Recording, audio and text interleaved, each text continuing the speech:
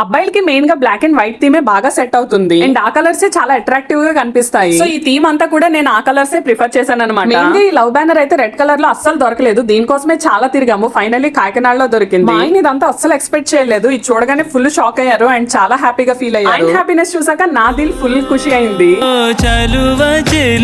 చూపులే కలువ కనులు దోచలే ప్రేమ పూల జల్లులే కురిసి మనసు తడిసెలే మెరిసే రంగుల విల్లులే ఒడిలోకొచ్చి వాలెలే శిలలై విరులై మారలే పరిమాణమేదో పంజలే యాది నీ చిలిపి చిరునవ్వే కురిపించు యాది నీ చూపే ఎదలో దించు ఏది నీ ఊసుల ఊయల్లో తేలించు ఏది